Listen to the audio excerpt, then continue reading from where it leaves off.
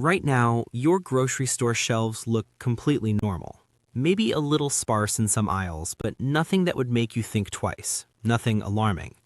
But here's what's happening behind the scenes.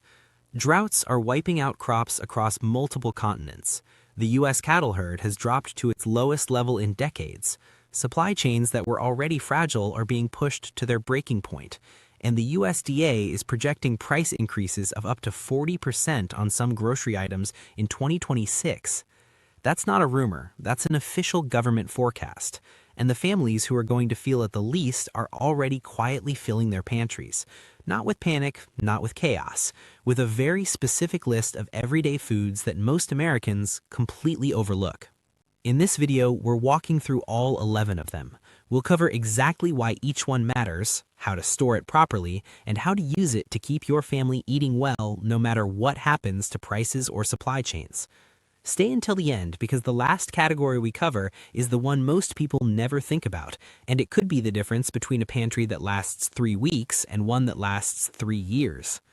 Welcome to Pantry Guard, the channel built to help your family stay fed, stay smart, and stay ahead. If you're new here, hit subscribe and turn on notifications so you never miss a video. Now let's get into it. Let's start with protein, because when a shortage hits or prices spike, protein is the first thing people panic about. Where is it coming from, how much does it cost, and how long will it last?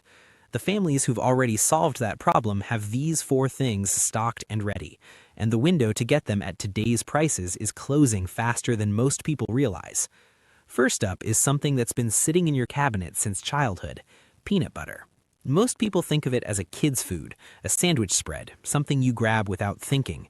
But right now, peanut butter deserves your full attention because it's sitting on the edge of a significant price surge that very few people are tracking. Peanut crops in Georgia and Alabama have taken serious hits from drought conditions over the past 2 growing seasons. Add rising processing and transportation costs on top of that, and you're looking at a product that's quietly becoming much more expensive to produce. But here's why it belongs at the top of this list.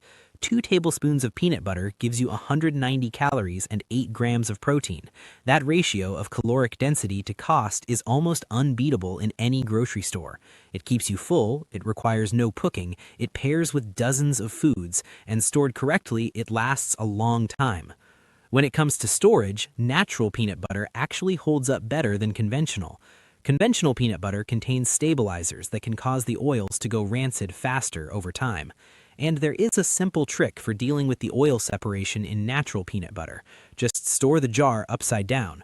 The oil redistributes back through the butter and the texture stays consistent. For buying, skip the regular grocery store and head to a warehouse club like Costco or Sam's. You'll pay a fraction of the per ounce cost, and the larger containers are better suited for long-term storage once opened and refrigerated. Now let's talk about canned fish, because most people only reach for it when they're making a tuna melt, and that's a mistake. Here's the reality. Rising ocean temperatures are disrupting fish populations worldwide. Fuel costs for commercial fishing fleets have surged dramatically, and those costs are quietly making their way to the canned goods aisle in ways most shoppers haven't noticed yet. Nutritionally, canned fish might be the most underrated food on this entire list. Tuna, salmon, and sardines give you omega-3 fatty acids, complete proteins, and in the case of sardines, calcium from the soft edible bones, all in a package that costs under $2 and needs no refrigeration. Sardines especially deserve more credit than they get. The nutritional profile rivals some of the most expensive supplements on the market, and always go for water-packed over well-packed.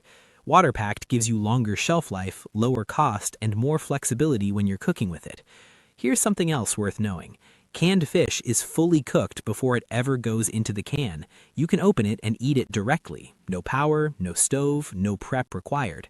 That kind of built-in flexibility is exactly what makes a pantry truly resilient in an emergency. Next is canned meat, and the conditions driving fresh meat prices higher right now are not temporary. The U.S. cattle herd is at its lowest level in recorded history.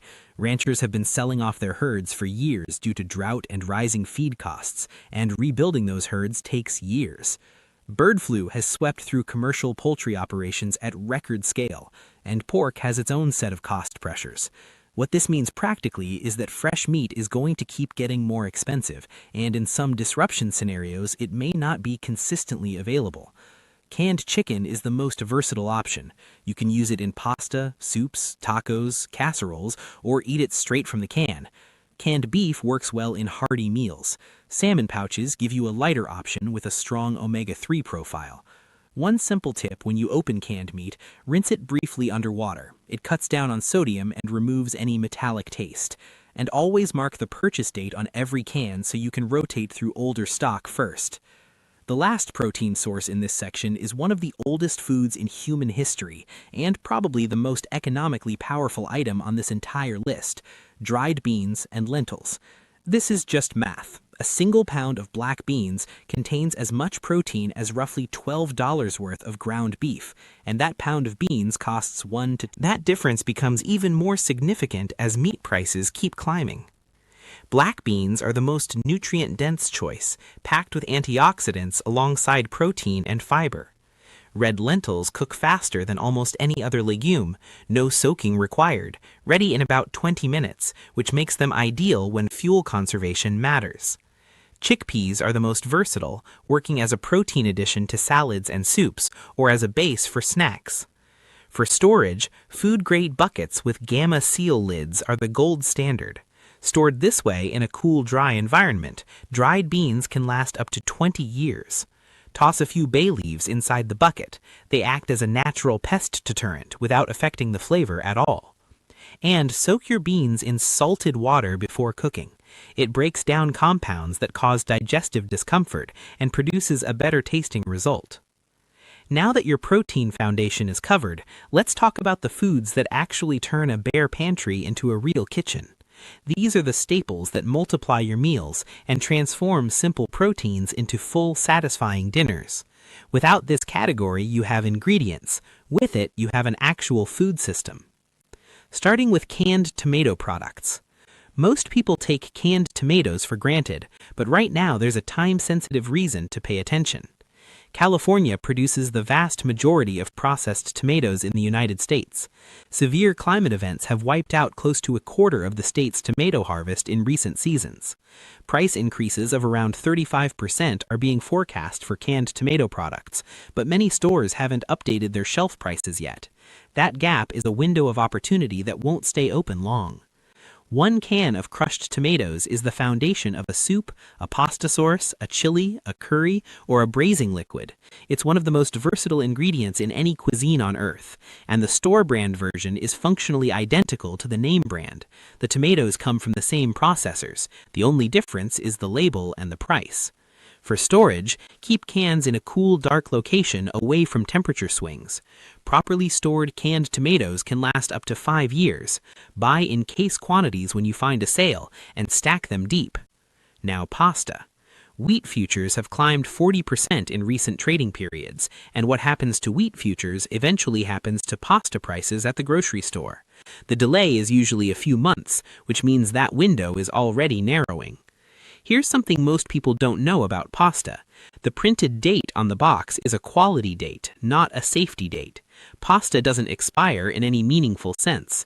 Stored in an airtight container away from moisture and insects, dried pasta lasts essentially indefinitely, which means every box you buy today at current prices is a direct hedge against future price increases. Transfer pasta out of its cardboard box as soon as you get home. Cardboard is not insect-proof. Airtight plastic or glass containers are. Compact shapes like shells, rotini, and penne pack more efficiently than spaghetti or fettuccine, so you can store more in less space. Whole wheat pasta offers more fiber and protein than standard pasta. Dried egg noodles bring higher protein content and faster cooking times. Both are worth keeping on hand. Moving on to flour and why building a complete baking ecosystem around it is one of the smartest moves you can make right now. Flour shortages are projected to push flour prices to double their current levels. Think about what flour actually represents at a restaurant supply store. You can buy 25 pounds of bread flour for around $15. That same quantity of bread purchased at a grocery store would cost well over $50. The markup on finished baked goods is enormous. When you know how to bake, you sidestep it entirely. Beyond just flour, you want baking soda, baking powder, and yeast in your pantry. Bulk yeast from a warehouse club costs pennies per loaf compared to the individual packets sold at regular grocery stores. Before committing flour to long-term storage, freeze it for 48 hours first. This kills any insect eggs that may have been in the green before processing. After that, transfer to airtight containers and add a few bay leaves to deter pests naturally. People who know how to bake don't panic when bread prices go up. They just make their own and eat better for less money in the process. Last in this section is cooking oils, and this one catches most people completely off guard. New regulations have been quietly diverting cooking oils into biofuel production. Several refinery facilities have also faced shutdowns at the same time. The supply of refined cooking oils is shrinking, and most people have absolutely no idea. Coconut oil is the best choice for long-term storage. It's naturally solid at room temperature, so there's no leak risk. It resists oxidation for 5 to 7 years when stored properly, and it works across a wide range of cooking applications.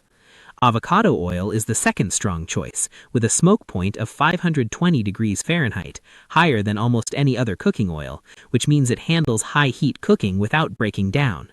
Current prices are around $12 a bottle, and projections suggest they could reach $18 as supply tightens.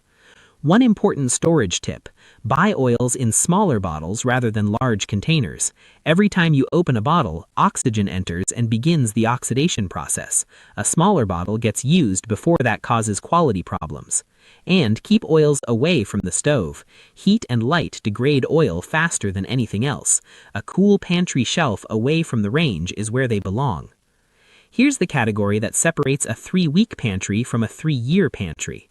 Most people stock food. Fewer people stock the means to preserve food. But the families that got through recent shortages with the least disruption weren't just the ones with... They were the ones who could extend, preserve, and protect everything else they had. Starting with honey, which has a shelf life that is quite literally infinite. Bee colony collapse has reached a new level of severity. Over a 2-year period, roughly 40% of commercial bee colonies in the United States have been lost. That figure has direct consequences for honey prices, which are already climbing steeply. But the reason honey belongs on this list isn't just price. It's the unique nature of honey as a food. Archaeologists have found honey in ancient Egyptian tombs that was thousands of years old and still perfectly edible. That's not a folk tale, it's documented, verified fact. Honey's low moisture content, its natural acidity, and its hydrogen peroxide content create an environment where bacteria and mold simply cannot survive. Raw, unprocessed honey also carries benefits that commercial grocery store honey doesn't. The antimicrobial properties are stronger, the trace enzymes and pollen are intact. As a remedy for coughs, sore throats, and minor wounds, raw honey has a documented history that goes back centuries. When your honey crystallizes, don't mistake it for spoilage. Crystallization is actually a sign of purity and quality. To return it to liquid, simply place the jar in warm water and stir gently. Never microwave it or expose it to high heat, as this degrades the beneficial compounds. Buy from local producers when you can. Local honey hasn't been ultra-filtered like commercial brands. The price increases from colony collapse haven't fully reached local markets yet, and you're supporting the beekeepers who sustain the supply. Next is vinegar, and if this one surprises you, that's exactly why it needs to be here. During the Great Depression, vinegar was one of the most essential items in any household pantry. Families used it to pickle vegetables at peak harvest and eat them months later. They used it to clean and sanitize without expensive products. It was the single most versatile item many households owned. Supply chain disruptions in acetic acid production are pointing toward a price increase that most shoppers won't see coming. Apple cider vinegar is your primary choice. It works for preservation, cleaning, and health applications, including supporting digestion and acting as a natural antimicrobial. White vinegar is your secondary choice, best suited for pickling and heavy-duty cleaning. The practical power of vinegar in a disruption scenario is quick pickling. You can take vegetables that are about to turn, submerge them in a vinegar brine, and extend their usability by weeks or even months. Eggs can be pickled and preserved. Cucumbers, onions, peppers, beets, virtually any vegetable responds to this technique. Families who know this can dramatically reduce food waste and dramatically extend their effective food supply. Store vinegar in its original container. Those plastic jugs are specifically designed to be acid safe. And equal parts vinegar and water makes an effective produce wash that reduces surface bacteria and extends the shelf life of fresh vegetables. Finally, salt and spices. This might feel like the least dramatic item on the list, but salt isn't just a flavor enhancer. Salt is a preservation technology. It is the oldest food preservation method in human history, and it works just as well today as it did 1,000 years ago. Global supply disruptions are pushing salt and spice prices upward, and while a bag of sea salt seems inexpensive right now, you want to stock it before that changes, because you don't just want it for cooking. Salt curing is the process of drawing moisture out of food, which creates an environment where bacteria cannot grow. Meats, fish, and vegetables can all be preserved through salt curing without any refrigeration. It doesn't require special equipment, it requires salt, time, and basic knowledge that anyone can learn. Sea salt is the preferred choice. It contains trace minerals that standard table salt lacks, and it never expires. Not in a decade, not in a century. Stored in an airtight container in a cool, dry place, sea salt lasts as long as you need it to. For spices, garlic powder, onion powder, and cumin are your foundation. They make simple pantry meals taste like real cooking. Ethnic grocery markets and restaurant supply stores often sell these in bulk at a fraction of the price of small jars at mainstream stores. Buy whole spices wherever possible. Whole cumin seeds, whole black peppercorns, whole coriander all retain their flavor significantly longer than pre-ground versions. A small spice grinder costs less than $10 and gives you freshly ground spice whenever you need it. Keep all spices in airtight containers away from heat and light. The cabinet above the stove is the worst possible location. Heat and steam from cooking degrade spices fast. A cool pantry shelf is where they belong. Here's what it all comes down to. The families who handle disruptions well aren't the ones with the most money or the biggest warehouse of food. They're the ones who made a simple decision early and acted on it gradually and with intention. Start with 1 or 2 items from this list on your next shopping trip. Not $100 worth of everything at once, just a little more than you usually buy of the right things. Mark the date, store it properly, and rotate through it as you use it. Do that consistently, and within a few months, you'll have a pantry that most households don't come close to. Families who followed this approach report saving upward of $2,500 a year, not because they're spending less, but because they're buying smart, buying ahead, and not paying panic prices when everyone else is scrambling. This isn't about fear, it's not about hoarding, it's about planning, the kind of planning that lets you sleep well while the news is telling everyone else to worry. That's what Pantry Guard is here to help you do. If this video gave you something useful, hit the like button. It helps more people find this information when they need it most. Subscribe if you haven't already, and we'll see you in the next